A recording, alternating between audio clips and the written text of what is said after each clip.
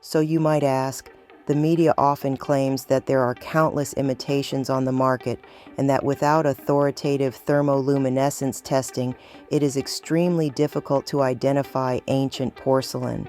Is the authentication of ancient ceramics really that hard? Can modern craftsmen truly reproduce ancient porcelain so convincingly that it passes for the real thing? If the goal of reproduction is merely to imitate the general appearance rather than the fine details or to deliberately create artificial aging, then yes, it can certainly be done. But if the goal is to produce forgeries to deceive others for high profits, it is not nearly so easy, even if traditional wood-fired kilns are used instead of modern electric ones. So let us analyze this step by step. Why is it so difficult for newly made forgeries to fully replicate the characteristics of genuine ancient porcelain? Now suppose I am a forger. Let me explain the hard limitations I would face in the production process. This perspective may offer some useful insights and methods for authenticating ancient ceramics.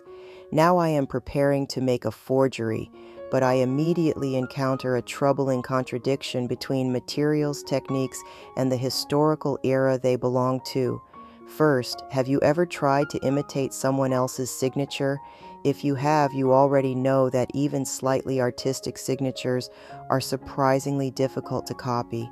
The foot finishing techniques of ancient ceramics are even more so. The trimming habits of each era and each kiln, including the shape of the foot ring, the knife marks, the hand feel, and even glaze spots, are like the handwritten signatures of ancient ceramic craftsmen, but this is far more complex than a signature on paper. These features developed to suit specific firing methods of their time. The movements are decisive yet unrestrained, and the foot must also show the effects of long-term natural weathering, making them extremely difficult to imitate. Some attempt to simulate aging through artificial acid etching or abrasion, but such methods are quickly detected by experienced eyes. Moreover, once a fake glazed surface is artificially aged, it often loses its natural luster. As for forming techniques, ancient craftsmen had ancient methods, such as slow wheel throwing and sectional joining, while modern potters use modern tools, including high-speed wheels and rapid trimming devices. As a result, subtle differences inevitably appear in the finished form due to improved tools. Next, I realized that even if I can analyze the chemical composition of ancient bodies and glazes, that does not mean I can truly replicate the original material formulas. The gap between the two is enormous.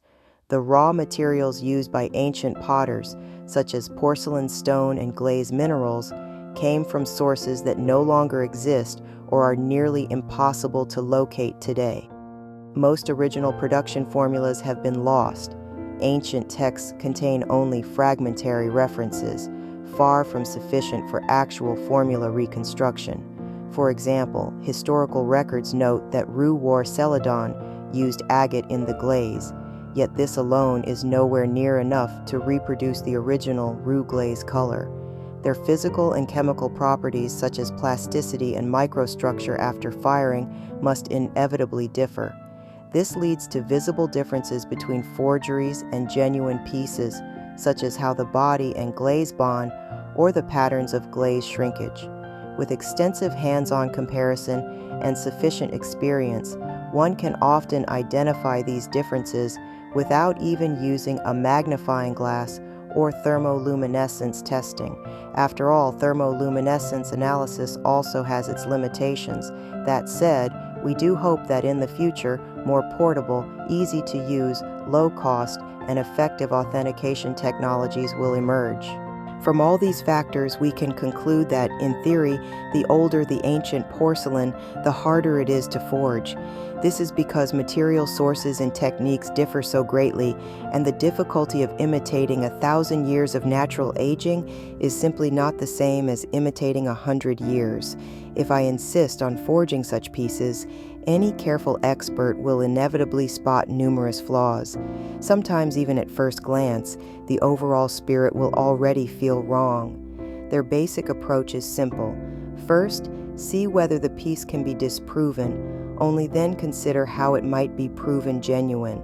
Ultimately, it all comes down to the mindset of the maker. As we noted earlier, form arises from the mind, vessels are shaped by the heart, and within the HE and EG framework of physics, the mindset of ancient craftsmen can be understood as a personal holographic encoding, PHE, shaped by prolonged immersion in their historical and cultural environment. Ancient porcelain was a natural emergent generation of that encoding, one that differs profoundly from modern PHE. High-end imitators aim to fire porcelain that looks like ancient ware. They may use wood-fired kilns, but they employ every piece of modern knowledge and technology to guide this inherently uncontrollable process, attempting to reproduce the effects of ancient ceramics. In essence, this is a dance in shackles, pursuing a kind of designed randomness. Ancient craftsmen, by contrast, sought simply to fire good porcelain. They accepted all natural outcomes of the firing process, including flaws. The firing curve, temperature, and atmosphere depended entirely on experience and observation, full of uncertainty. The result was something naturally achieved, a free dance in harmony with the way of nature. After this analysis, at the very least, we can understand that forgery is not as mystical or invincible as many media narratives exaggerate.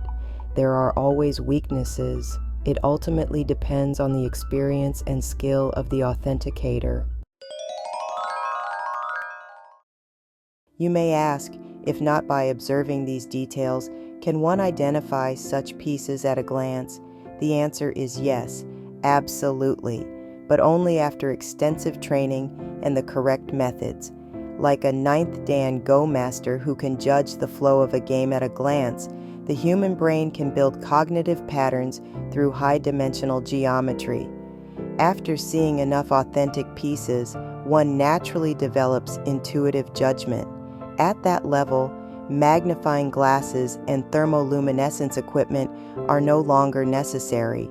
Training includes studying genuine porcelain shards, reading books and resources, watching instructional videos, including this channel's Antique Porcelain series, visiting museums, and communicating with seasoned collectors.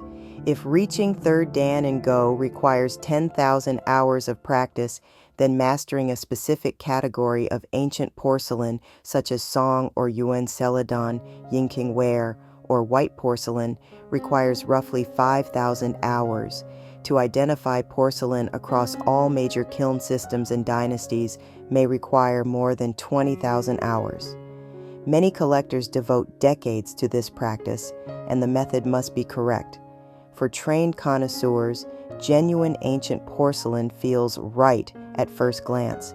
Its form, contours, footrim, and glaze color naturally form a coherent impression, and a conclusion arises instantly, just like a Go master reading a board position. The ancients called this observing qi. Modern science calls it the brain's high-dimensional geometric cognition.